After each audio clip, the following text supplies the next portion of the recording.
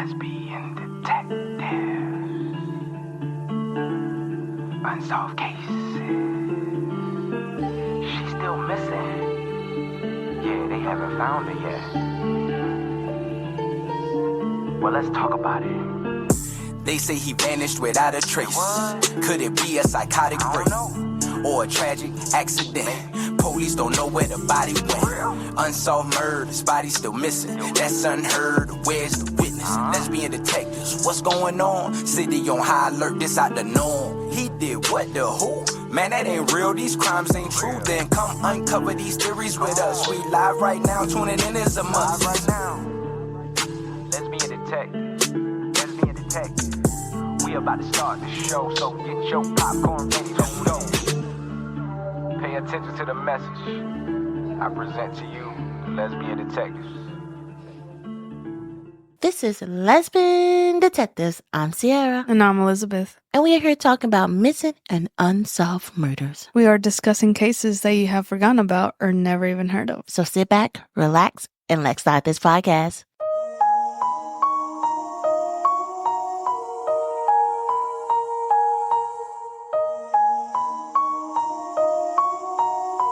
Welcome back, everybody. I am so glad that you all are coming back to see our little podcast. Or if you new, thank you for joining the little party here. This month we're doing case suggestions. Just like the previous one that we released, it was a case suggestion. So let us know what you want to hear. Drop it on our inbox, comment, email us, and we got you. This case right here was actually from our TikTok. Someone DM'd me. She knew the victim personally, and actually, sad to say this, her brother was the one that found the body. Wow. So this case has always kind of, hit home, and she Wants to bring awareness. Because this case is like 29 years old. Wow. Let's begin this episode. Today's case is about a 17-year-old girl. Her dreams was become a school teacher or a social worker. She loved kids. She was the neighborhood favorite babysitter. She just celebrated her 17th birthday. She was so excited for the future. On the morning of March 30th, 1995, at 8 a.m., two young children found the body of a young girl. This is the case of Deanna Cremin. Deanna Cremin was born on March 26, 1978. Born in Somerville, Massachusetts, where she enrolled at Somerville High. She lived in Somerville with her mother, Catherine, stepfather, two younger brothers, and older sister named Christine. She had numerous friends. She went to high school, and she had a part-time job at a market where she had met her boyfriend, Tommy. Yeah, it's usually how it goes. She had been dating her boyfriend, 19-year-old Tommy LeBlanc, for about 2 years. And some friends wondered if it was really a good match because you know what? Deanna was very talkative. She was an extrovert and Tommy was an introvert and a bit more subdued. Now, even though some may have wondered about the match, it seems as though they really liked each other. Opposites do attract. I think I'm in the middle. I'm in the middle a little bit. Because it takes me a while to get to know people. And when I get to know you, I'm very talkative. Right. But if I knew around you, I'm chill, relax. You're very quiet. I'm very quiet. I try to see your vibe. You observe. I'm observed. That's how my daughter is too. You're not. I could pretty much carry a conversation with anybody. I was in sales and that kind of built a whole nother personality for me.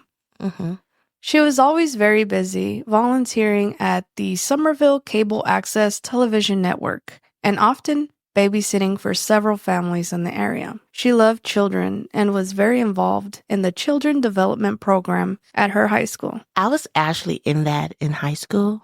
I had it for 2 years. It's a good class. I learned a lot. So for her to be in that class, I feel kind of connected a little bit because I was in that class. Right. It makes sense because she babysat. So there's nothing wrong with wanting to learn more about what you're passionate about. But you gotta remember, she won't be a school teacher or a social worker. So that's a fantastic class to take because when I was in that class, I want to become a social worker. Right. But then I had an internship and I just couldn't handle it. So She wanted to be a preschool teacher. Outside of her hectic school and work schedules, Deanna could usually be found at her boyfriend's home, where she would spend evenings with him and his family. She would study there after school, and Tommy LeBlanc would walk her home every night by her set curfew of 10 p.m.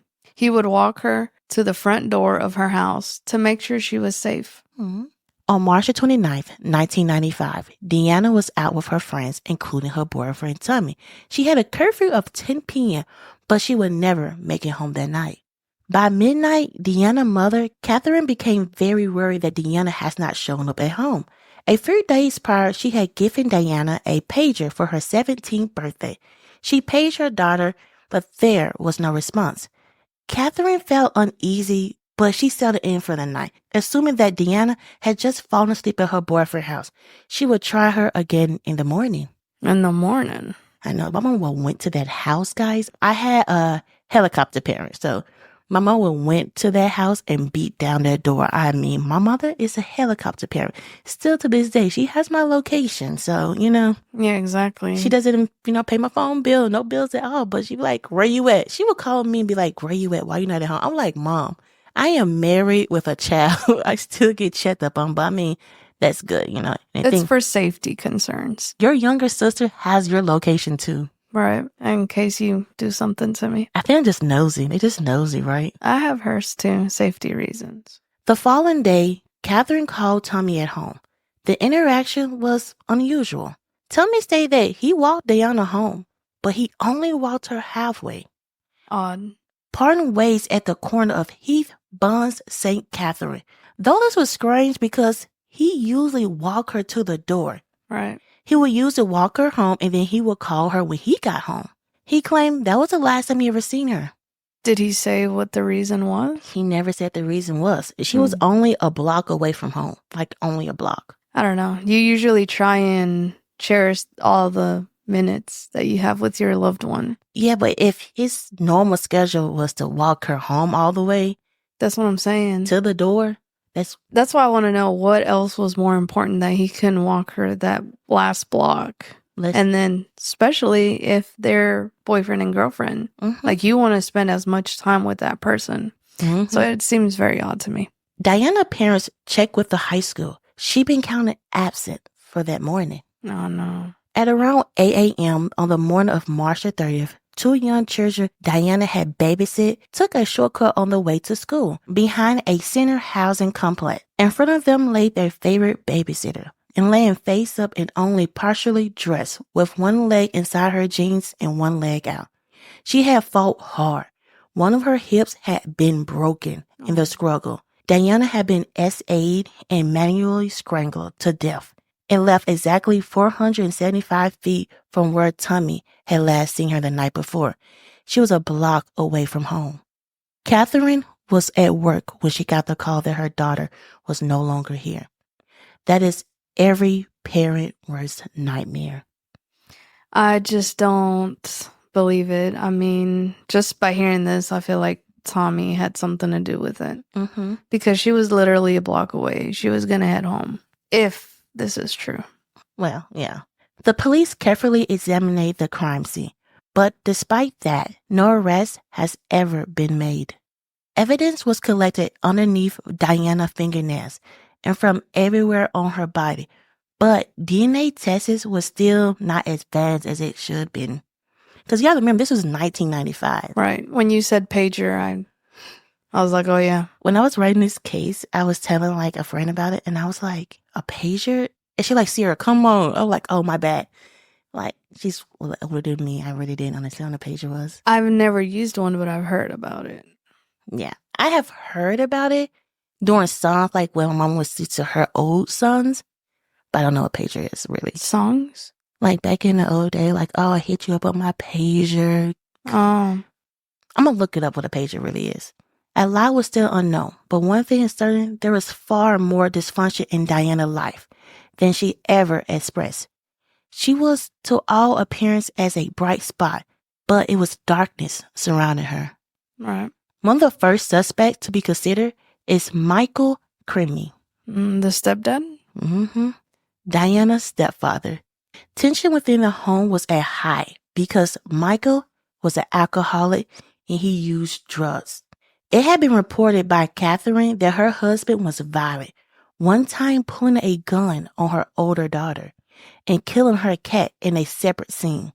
Catherine, she endured physical abuse at the hands of her husband. She also volunteered that at the time directly before her daughter murder that she and Diana had been stashing away and hiding money that she'd been collecting from her child support payment made by her ex-husband, Deanna's bio father.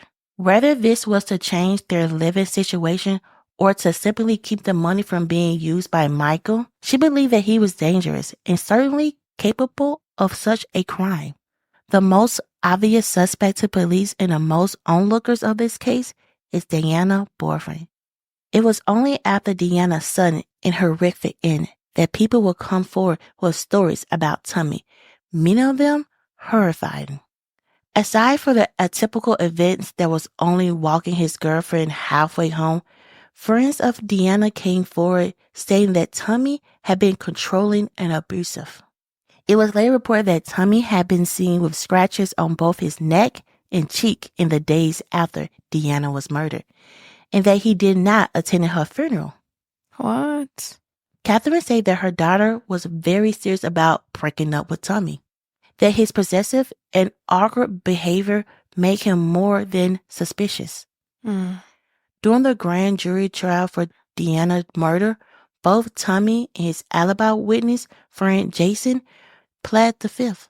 It's a red flag. Very. Tommy seemed to have a violent streak at home as well. His own mother filed a restraining order against him in the months after the murder.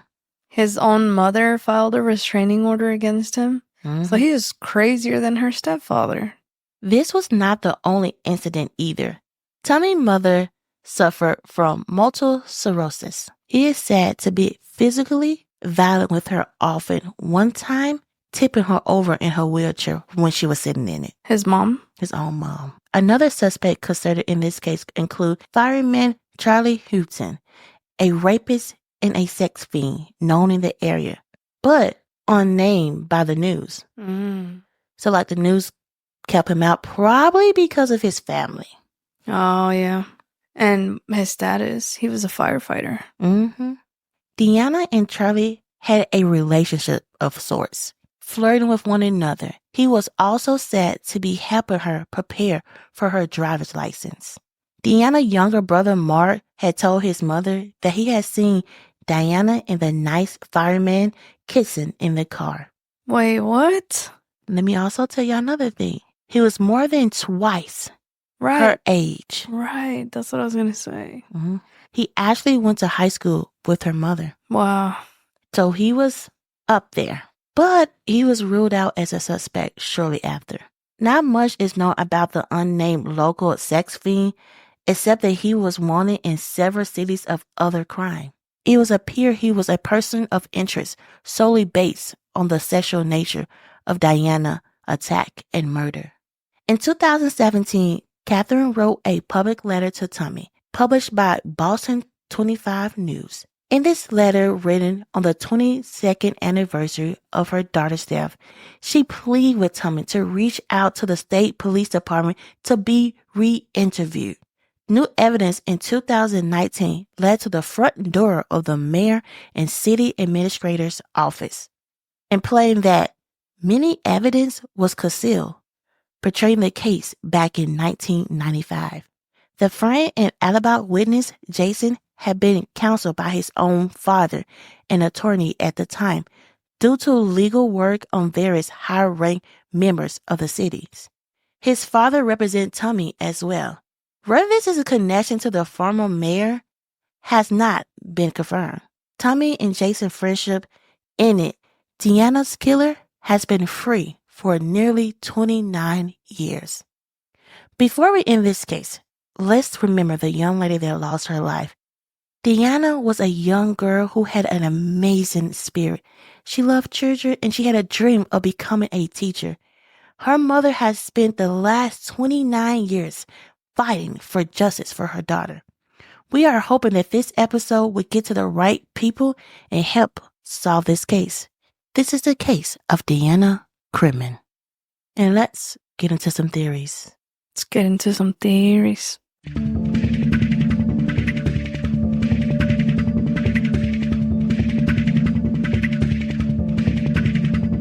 You or me? I can start it. Okay. It could be all three, but my gut is telling me it was Tommy. Mm-hmm. Why do I think it was Tommy? Tommy must have found out that she was allegedly having an affair with another man. Mm-hmm. Because the other guy, the firefighter, was twice her age, I feel like he took the time to groom her, and I don't believe that he wanted to just one time type thing. Mm-hmm. I feel like the person that had the biggest motive was Tommy. Mm-hmm. If he found out she was about to leave him, so he was like, look, if you can't be mine, you can't be anybody else's type thing. And then he took her body, thinking that he had some sort of control. Mm-hmm. I think it was Tommy. So not to judge anybody, but Deanne's mom also didn't give her the best stepfather. Mm-hmm. I understand that now she wants to find the culprit, but it could have also been the stepfather. She was a block away. It seemed like it was an emotional abuse too, because he held a gun to her oldest child and then killed her cat in front of him. He was a psychopath. Right. When you go for killing animals, that's what they say. That is, they say that you're a serial killer or a psychopath. It's like she never stood a chance. It seems that she had so many bad influence men-wise around her. She had a controlling, abusive boyfriend, in which she saw that you have to think about it for a second. Let's take a step back. She see her mom in this abusive relationship, and then she has one. Sometime as a kid, you think that's okay. Right. And I was always told that you marry your dad, that you will go for the type of man that your dad is. I don't believe it because I married a woman. I mean, you're similar to my mom in some ways, but yeah. I feel like it was a boyfriend. I feel like for him not to walk her there, and he usually called her because her mom, she waited. She's like, okay, she's not here. Her curfew was at 10. So he always walked her home and called and said, hey, I got home. Just to let her know. For him not to do that last step, that seemed kind of iffy a little bit. Well, instead of walking her home, what if he walked her into where they found her body? Mm-hmm. I mean, it was on her way home. It's like there. It makes sense. Because he didn't do that last step. That even though he didn't walk her home, he never called and said, hey, I made it home. That's because why wouldn't he call and say, hey, I made it home? Because he knows that she's not there. That's the craziest part to me. I don't think it was her stepfather. I don't see it being him. The other man, I don't think it was him. It's because he was grooming her. Yeah. When somebody is grooming another person, they take their time. Yes, it's a process. He was gaining her trust. For her brother to say, hey, they was kissing, he already got that one step. Mm-hmm. It was another step after that. Right. I think he probably was trying to wait a little longer because the age of 17 is consent. So he was like, okay, let me wait. You know, he was showing her how to drive, doing all that. He was grooming her. I don't feel like he would took that chance. Even if she rejected him, he would have had another way, you know? Right. Because she was getting groomed.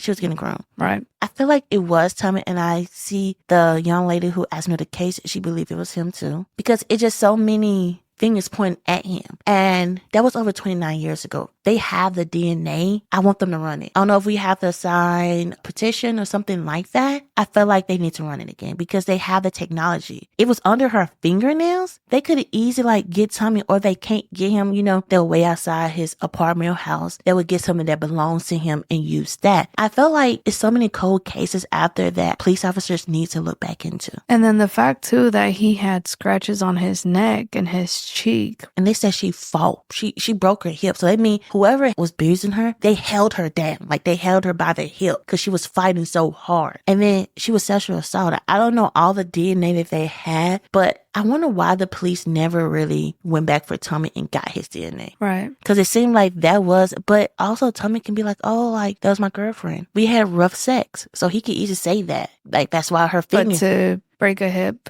and then find her face down, no. If you say that, that's... I'm just saying what he can lie and say about. I'm not saying that it's that people, killers or criminals, they lie easily about the easiest thing that can be proven wrong. But I feel like that's incriminating. They don't care. They're like, oh, like I want to, they think they're smart, It seemed for him to abuse his mom, and his mom was like, I am done with him, and she got a restraining order against him. That should tell you everything, what kind of man it is. Right. Your mom is sick, and you push her out the chair. That's one thing that we know about. Right. We don't know about the rest that happened behind closed door. It appeared he didn't have emotional connection or an emotional side. Like, he doesn't have empathy. Mm-hmm. I wonder, did he know that she was cheating on him?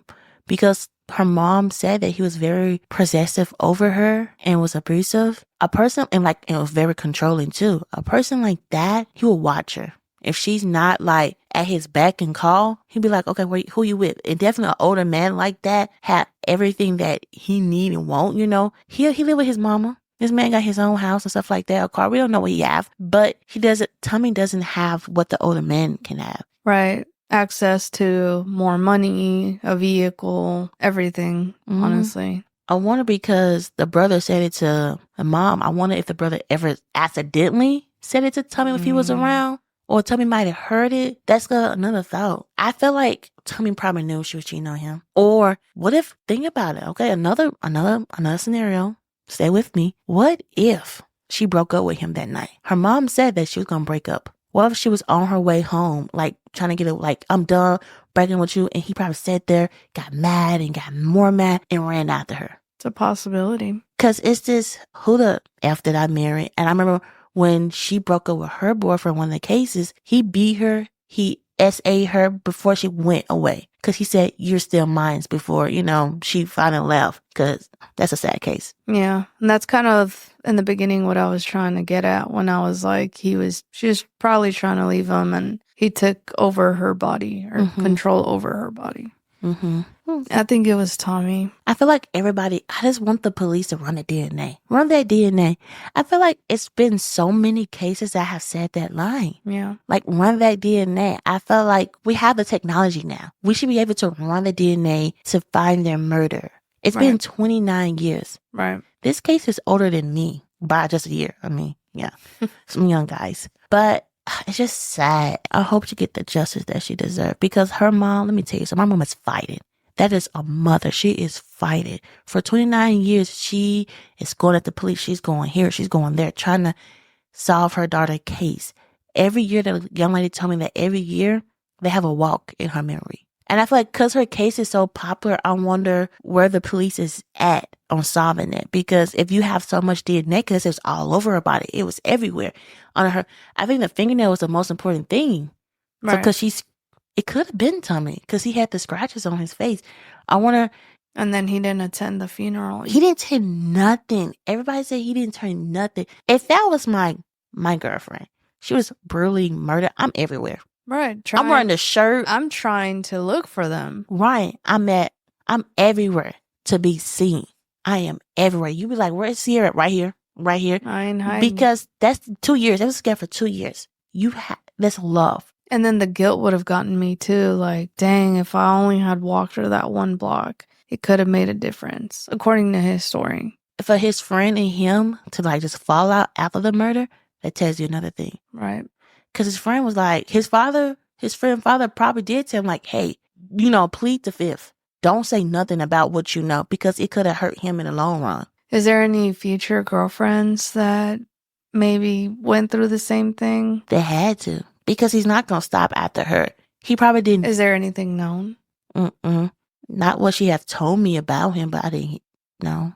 He's very hush hush. Like, you really don't see him a lot. He's hiding. To me, I don't know. I feel like this is the only case that I have to say that, I feel like I know who hurt her. Like, the other ones, I'm like, Right. But this, I'm like, okay, it's too many stuff against him. Right. And I'm thinking about the time. I wonder how far the walk was from her house to his house. Because if you do that, you can see, okay, what time was she left? Because she would have left, say the house, it was 10-minute walk. She would have left about 10 minutes before. I wonder if anybody was out there, well, actually, I didn't say this in the case. And the nursing home, they said they heard people talking, but they didn't hear no screaming or anything like that. They didn't think nothing of it. They didn't hear no screaming because they were like right beside it. But they said they didn't hear anything after that because she would have screamed. How she fought, she would have screamed. Well, she was probably already to wherever they murdered her. This is a sad, sad case. Yeah. And it's just hard. Well, this is our case and this is our theories.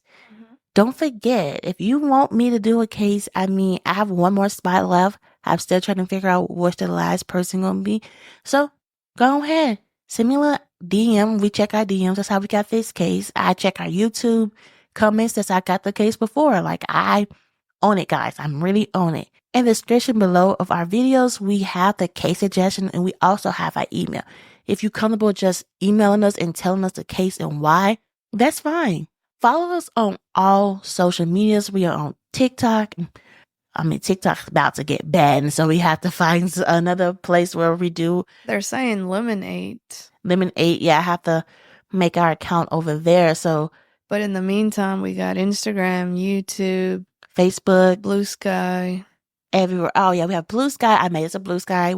Like, subscribe, comment. Come on, guys. Like and subscribe and comment. Follow us on Apple. Follow us on Spotify. I also said that I was going to do a shout out to a person that sent us a review on Apple or Spotify. We have a review from JoJo Warren. They said, unique cases and interesting viewpoints. All right. Thank you. Thank you. We try to keep it new because I know when I listen to podcasts, it's like the same case over and over again. I want to bring out more and different cases that speaks to me. We want to pick your mind or share our thoughts to make it a little bit more intriguing, a little bit more like you know us, like we're a part of the case as well. Also, I have to put out a big shout out to Dominque. She's in the local DFW area and we are shouting her out today. She does customized boxes, treats. We actually had her to do some for our daughter's birthday. And let me tell you something. It was a 10 out of 10. She was amazing. She worked very hard because as a parent, I tried to DIY that. Couldn't do it. It's not for us. Not for us. I YouTube it, TikTok it. Not for us. She is very talented and the products that she uses are super high quality and you will never go wrong with her. Honestly, I was impressed. 10 out of 10. We will use her again in the future. For sure, we stand by this, guys. We're going to link her in the description so you can follow her on her social media and comment her. And let me tell you one thing. She ships. She ships. So if you somewhere far away, she's shipping to you. So I put her information in the description below. Go hit her up. Tell her Lesbian Detectives sent you. And this is Lesbian Detectives. I'm Sierra. And I'm Elizabeth. Everybody's a suspect. Until proven innocent. See you later. Lesbian Detectives. Unsolved cases. She's still missing. Yeah, they haven't found her yet. Well, let's talk about it. They say he vanished without a trace. Could it be a psychotic break or a tragic accident? Police don't know where the body went. Unsolved murders, body still missing. That's unheard. Where's the witness? Lesbian detectives, what's going on? City on high alert, this out the norm. He did what, the who? Man, that ain't real, these crimes ain't true. Then come uncover these theories with us. We live right now, tuning in is a must. Lesbian Detectives. We about to start the show, so get your popcorn ready, let's go. Pay attention to the message I present to you, the Lesbian Detectives.